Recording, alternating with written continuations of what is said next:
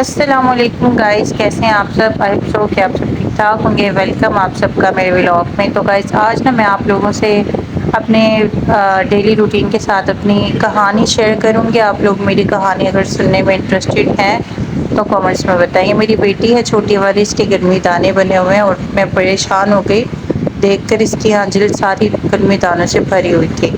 تو خیر سے گائز چلیں ہم اپنی سٹوری سٹارٹ کرتے ہیں۔ میری سٹوری کچھ اس طرح سے کہ گائز ماشاء اللہ سے میری 5 بیٹیاں ہیں، اور میری جب سب سے پہلی والی بیٹی ہوئی تھی نا تو اس ٹائم میں نے لوگوں کے مطلب اتنے تانے سنے میں آپ کو بتا نہیں سکتی، کیونکہ ہماری جو فیملی ہے وہاں پر بیٹیوں کو کوئی پسند نہیں کرتا، اور سب کی یہی خواہش ہوتی ہے کہ ان کی پہلی اولاد بیٹا، اور اگر بیٹا نہ ہو، پہلی بار بیٹا نہ ہو تو دوسری بار تو لازمی بیٹا ہونا چاہیے۔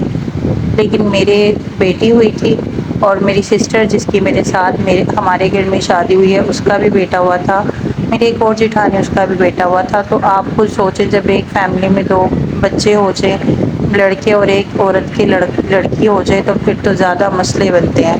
تو مجھے بڑی باتیں سننے کو ملی۔ میری ساس کہتی تھی کہ، اور میری نند نے جب سنا تھا کہ مطلب پہلی بار کی بیٹی ہے تو انہوں نے سنتے ہی فوراً سے یہ بات کرتی تھی کہ بیٹی کیوں ہے، بیٹا ہونا چاہیے تھا۔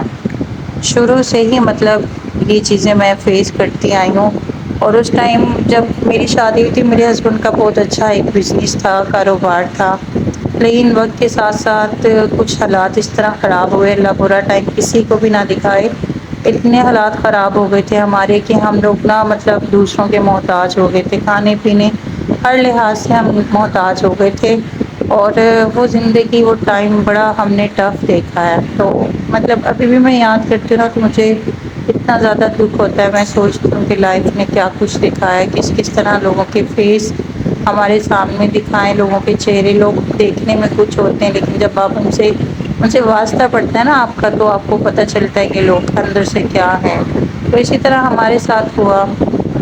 اگر آپ لوگوں کو یہ سٹوری میری سچی کہانی ہے، کچھ بھی جھوٹ نہیں ہے، اگر آپ لوگوں کو انٹرسٹنگ لگے، اگر آپ لوگوں نے کہا کہ آپ اپنی زندگی کے بارے میں بتائیں تو انشاءاللہ میں آپ لوگوں کو ضرور بتاؤں گی اپنے بارے میں، میرے ساتھ جو بھی آج تک ہوا ہے میری زندگی میں۔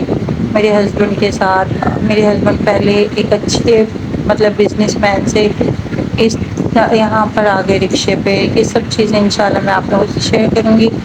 تو گائز خیر میں گھر آ گئی تھی اور میں نے یہ 2 کپ لیے تھے، بہت مہنگائی تھی۔ میں اس کو بول رہی تھی میرے پاس 50 روپے کم ہے، آپ مجھے 6 کپ کا سیٹ دے دو، لیکن وہ کہہ رہا تھا نہیں، 250 سے 300 سے کم نہیں ہے۔